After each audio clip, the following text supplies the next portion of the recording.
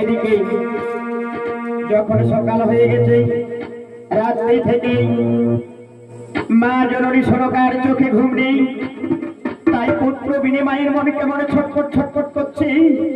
অগ পুত্র বিনিময়ের মন ওরে হাহাকার,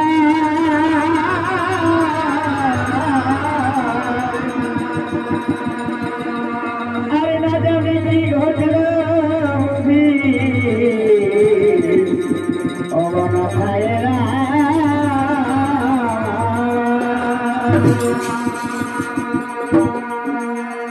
তাই সীমা জননী সনকা তাদের বাড়ির সেই চাকরানি ধারণ কি বলছি, ওই ধারণই ওই ধারণই কামিনী আমার লক্ষ্মীন্দর কেমন আছে, জাল ঝাড়ল খবর দিয়ে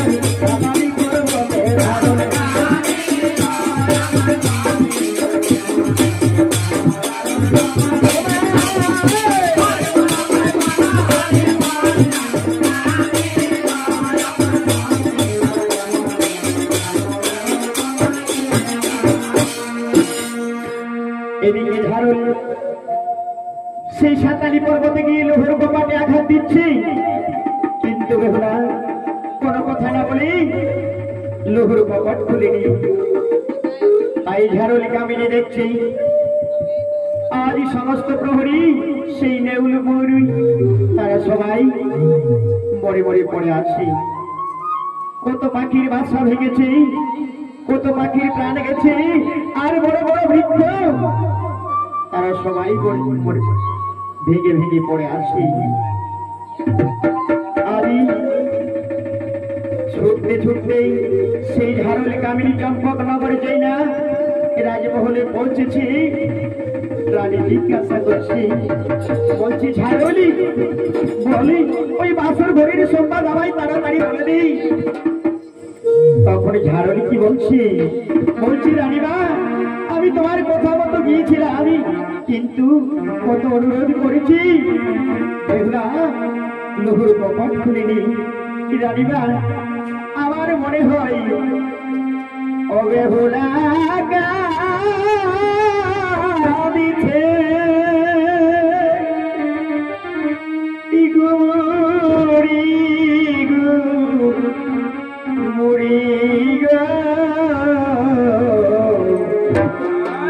যে মনে কাঁদে ব্যথিত ময়ূরী।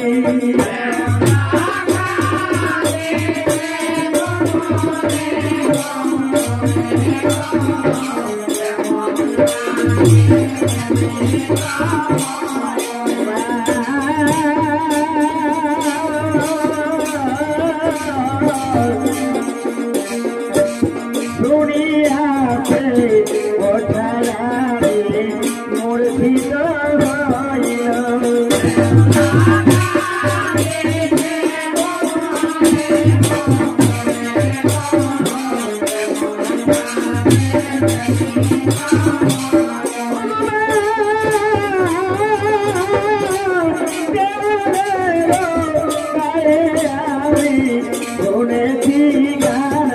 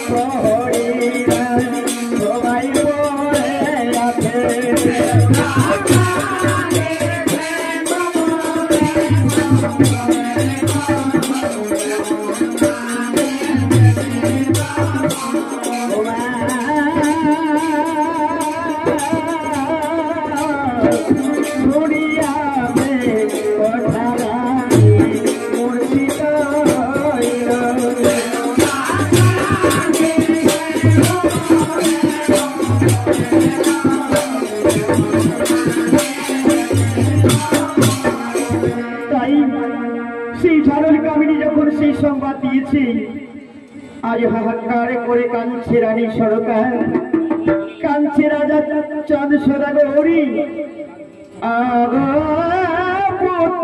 শোকে কাঁদে রাজা গোরে,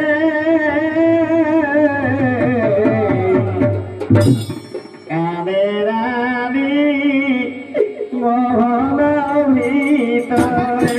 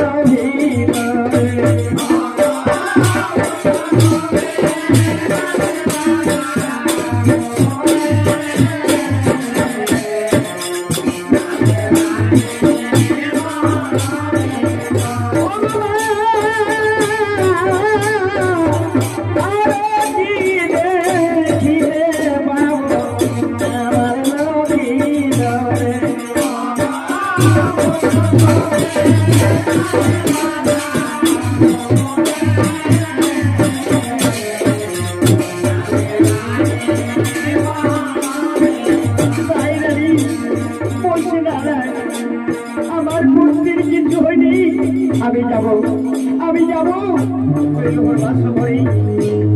আমার ছেলেকে আমি নয়ন ঘরে দেখবো। তাই মা জননী সনকা সেই ছোটবেলারই ডাক রাখতো, সেই ডাক রাখতে রাখতে চলে যাচ্ছি সেই সাঁতালি পর্বতে লক্ষেন্দ্রকে দেখার জন্য। বলছি ওরে খোকা,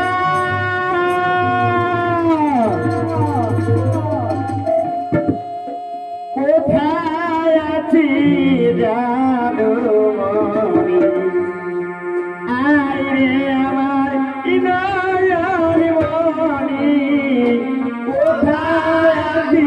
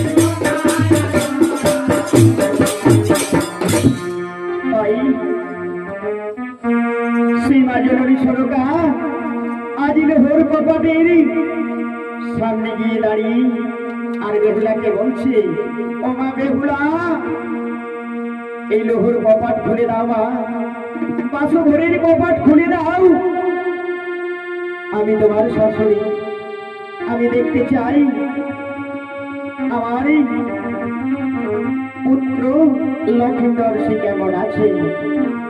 নারীর কণ্ঠ যখন শ্রবণে লাগছে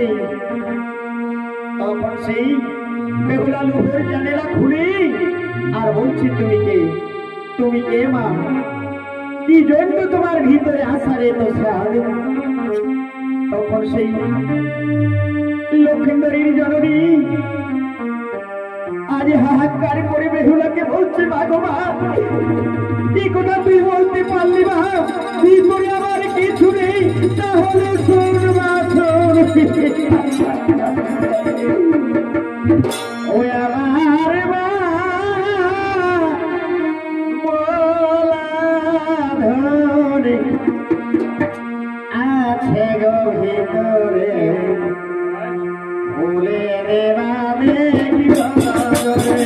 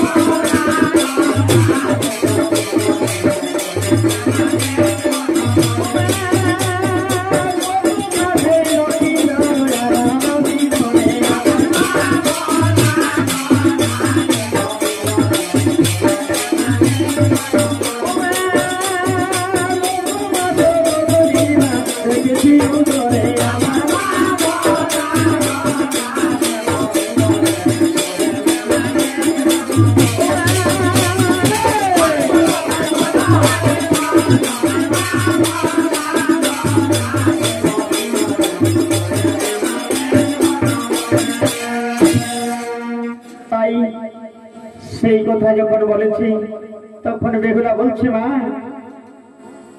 আমার শ্বশুর মশাইকে পাঠিয়ে দেবে যাও মা।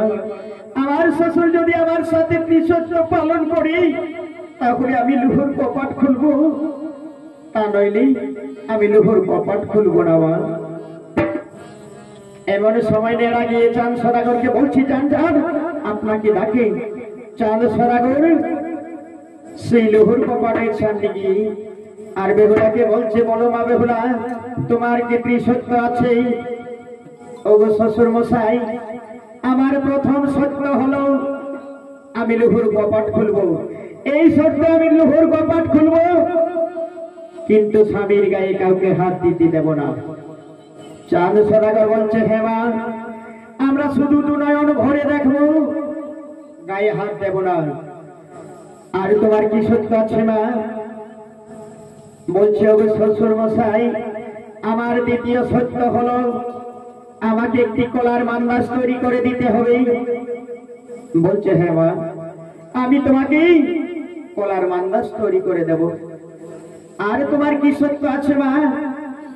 ওগো শ্বশুর মশাই, আমার তৃতীয় সত্য হলো আমাকে এই লোহর বাসঘর থেকে কুঞ্জরিয়া নদী পর্যন্ত দুধের নদী তৈরি করে দিতে হবে। এতক্ষণে চাঁদ সদাগর নিরুপায় হলেন, তাই তো এ সত্য মানব কি মানব না? বেহুলা বলছে, ওগো শ্বশুর মশাই, এ সত্য যদি তুমি আবার না মানো তাহলে আমি লোহর কপাট খুলবো না।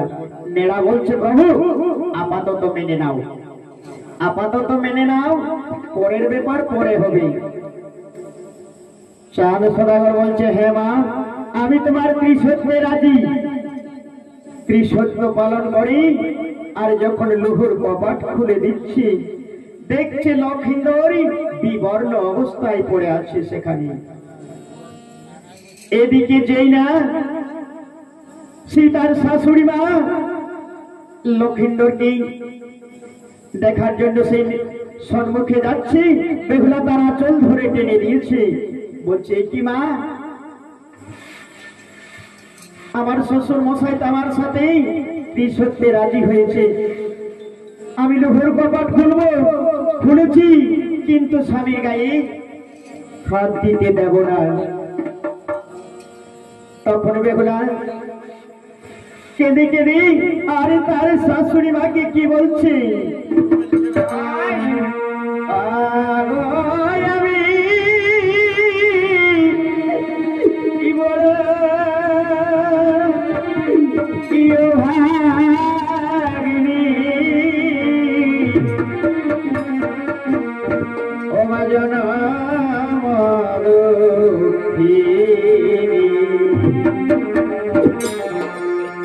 বাসরেতে ছেড়ে গেল স্বামী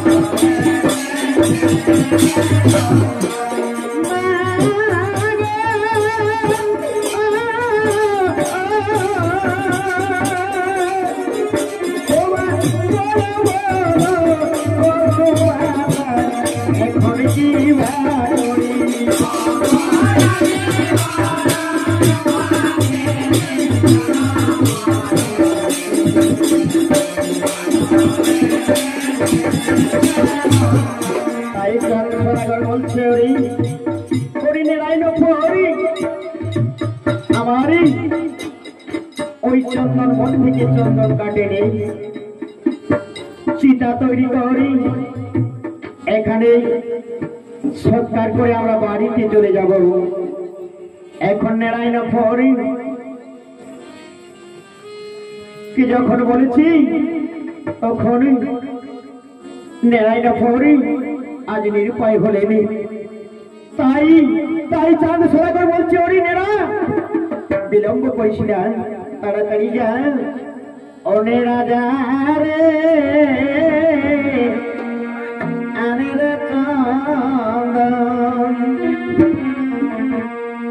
আর ওই চন্দনের চিতা নলে পোড়াব নন্দন